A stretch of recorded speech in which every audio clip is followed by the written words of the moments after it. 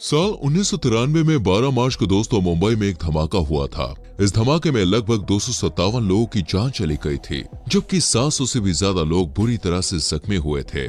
बाद में जब जांच की गई तो इस ब्लास्ट का मास्टरमाइंड निकला दाऊद। जी हाँ, वही दाऊद जिसे आप अंडरवर्ल्ड के डॉन के रूप में भी जानते हैं। दोस्तों, अगर आज कोई हमारी खुफिया एजेंसियों जैसे रॉ और NIA को पूरी जानकारी दे दे कि दाऊद कहाँ छुपा बैठा है, तो क्या वो उसे पकड़ लेंगी?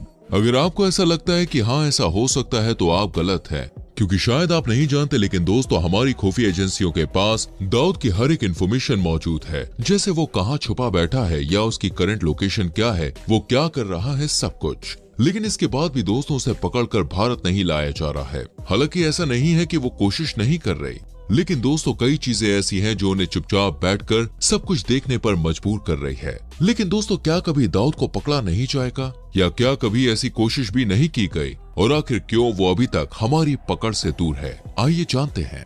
साल 1993 में दोस्तों मुंबई में हुए बॉम्ब ब्लास्ट के बाद दाऊद भारत से भागने में कामयाब हो गया था, जबकि इतना बड़ा कांड करके किसी का भागना लगभग नामुमकिन है। दरअसल दोस्तों इसके पीछे कई पॉलिटिशियंस का भी हाथ बताया जाता है। आज दाऊद को पकड़कर लाने वालों के लिए इनाम की राशि 20 लाख रुपए हो चुकी है, लेकिन ये कहना गलत नहीं होगा कि अगर ये राशि बढ़ते बढ़ते 30, 40 या 50 से भी ऊपर निकल जाए, शायद तब भी दाऊद भारत की पकड़ से दूर ही होगा।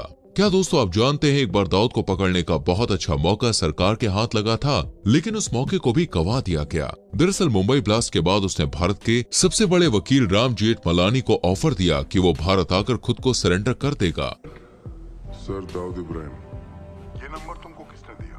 सर मैं सरेंडर करना चाहता हूँ। लेकिन उसकी कुछ शर्तें हैं, जैसे हर विलन की होती है। दाऊद की पहली शर्त ये थी कि राम जेठमलानी साहब उसका केस लड़ें। दूसरी शर्त ये थी कि उसके ऊपर जितने भी पुराने केस फाइल किए गए हैं उन सभी को बंद कर दिया जाए और सिर्फ उस पर मुंबई ब्लास्ट का ही केस चलाया जाए। तो मेरे पे जितने पेंडिंग केस है बॉम्ब ब्लास्ट के अलावा, वो सब ड्रॉप किए जाए। इसके अलावा उसकी तीसरी शर्त ये थी कि जैसे ही वो सरेंडर करता है उसे जेल में डालने की जगह बेल दी जाए।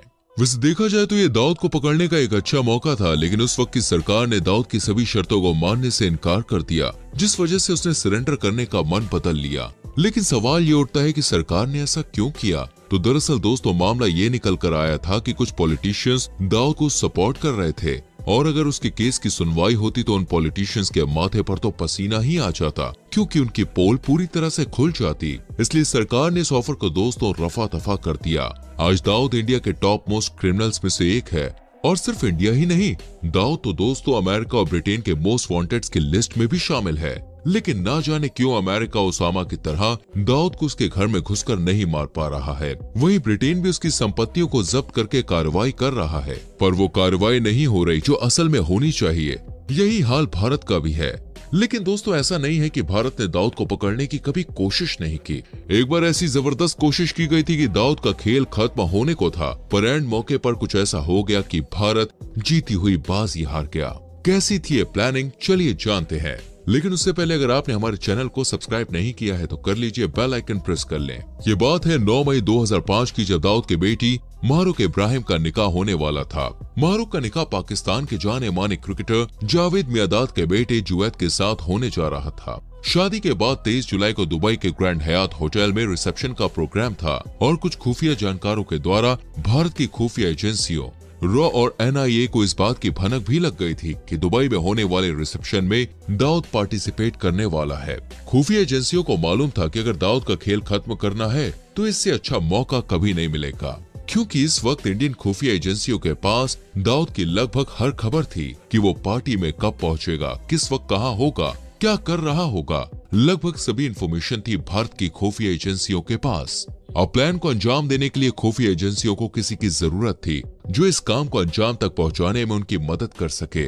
ऐसे में एजेंसियों को पता चला कि दाऊद का भरोसेमंद छोटा राजन उसकी डी कंपनी को छोड़ चुका है और उसने अपनी एक नई गैंग खड़ी कर दी है। और दाऊद का अगर कोई सबसे बड़ा दुश्मन उस टाइम पर था तो वो छोटा राजन ही था। इसलिए खुफिया एजेंसियों ने छोटा राजन की मदद लेने की सोची और उससे मुलाकात भी की। और छोटा राजन ने अपने सबसे भरोसेमंद 2 शार्प शूटरों विकी मल्होत्रा और फरीद तनाशा को बुलाया। ये दोनों पश्चिम बंगाल के 24 परगाना इलाके के रहने वाले थे। छोटा राजन के कहने पर इन दोनों को बुलाया गया और इनकी ट्रेनिंग शुरू हुई। बाद में इन्हें प्लान के बारे में सब कुछ बताया और समझाया गया क्या और कैसे करना है। तैयारी पूरी थी। भारत की खुफिया एजेंसियों के हिसाब से 23 जून 2005 को दाऊद की जिंदगी का आखिरी दिन होना था। इस प्लान के मास्टरमाइंड अजीत डोवाल बताए जाते हैं। कहते हैं कि उन्हीं के इशारे पर इस प्लान की रूपरेखा तैयार हुई। दुबई की टिकटें भी बुक हो चुकी थी। दुबई जाने की पूरी तैयारी हो गई थी। लेकिन प्लान को अंजाम देने से ठीक एक शाम पहले अजीत डोवाल प्लान को इन शार्प शूटर्स के साथ डिस्कस कर रहे थे।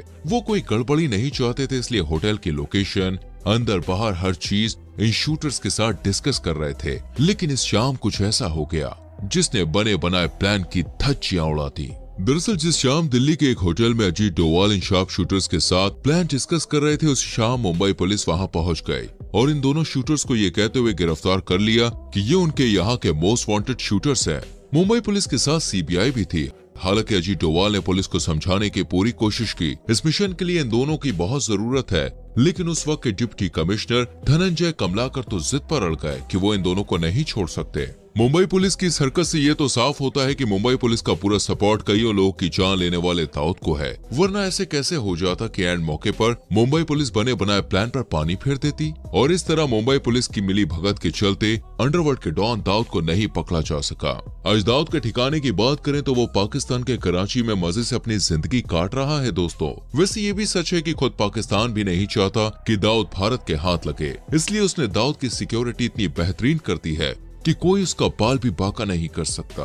अगर आप सोच रहे हैं ऐसा क्यों, तो ऐसा इसलिए क्योंकि पाकिस्तान की खुफिया एजेंसी यानी ISI से जुड़ी कई खुफिया जानकारियां दाऊद के पास है और पाकिस्तान नहीं चाहता कि उनकी कोई भी टॉप सीक्रेट बात दाऊद के कारण भारत के हाथ लगे। इसलिए पाकिस्तान दाऊद को पनाह दिए बैठा है। पाकिस्तान में दाऊद अरब पतियों की तरह पूरी शानो शौकत के संग रहता है, इसलिए वो भारत के उन मोस्ट वांटेड क्रिमिनल्स में से एक है जो खतरनाक होने के साथ साथ रईस भी है।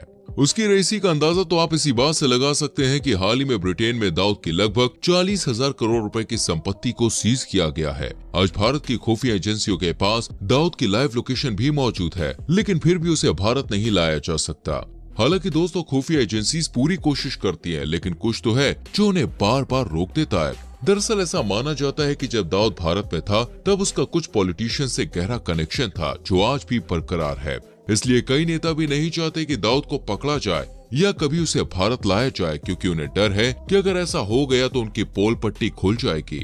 शायद यही कारण है कि तब से लेकर अब तक जितनी भी सरकारें आई, उन्होंने महंगाई, बेरोजगारी, गरीबी, फ्री राशन जैसे मुद्दे तो उठाए, पर दाऊद वाला मुद्दा किसी ने नहीं उठाया। इसके अलावा पाकिस्तान की खुफिया एजेंसी जो बार बार भारतीय खुफिया एजेंसियों के काम में अपनी नाक घुसाती रहती है, वो भी नहीं चाहती कि दाऊद भारत आए। 2005 से लेकर आज तक भारत के पास दाऊद को पकड़ने का सुनहरा अवसर नहीं आया है। ऊपर से दोस्तों, उस ऑपरेशन के फेल होने के बाद अजीत साहब ने भी किसी ऐसे मिशन से अपना पल्ला झाड़ लिया। इसलिए आज जब हमारे पास दाऊद की लाइव लोकेशन मौजूद है, तब भी हम उसका कुछ नहीं कर सकते। पता नहीं दोस्तों, 1993 में हुए मुंबई ब्लास्ट के मास्टरमाइंड को कभी सजा मिल भी पाएगी या फिर नहीं, लेकिन उम्मीद करते हैं कि भारत इस मामले में कोई ठोस कदम जरूर उठाए और कुछ लोग जो ऐसे लोगों से मिले हुए हैं उन्हें सद्बुद्धि आए।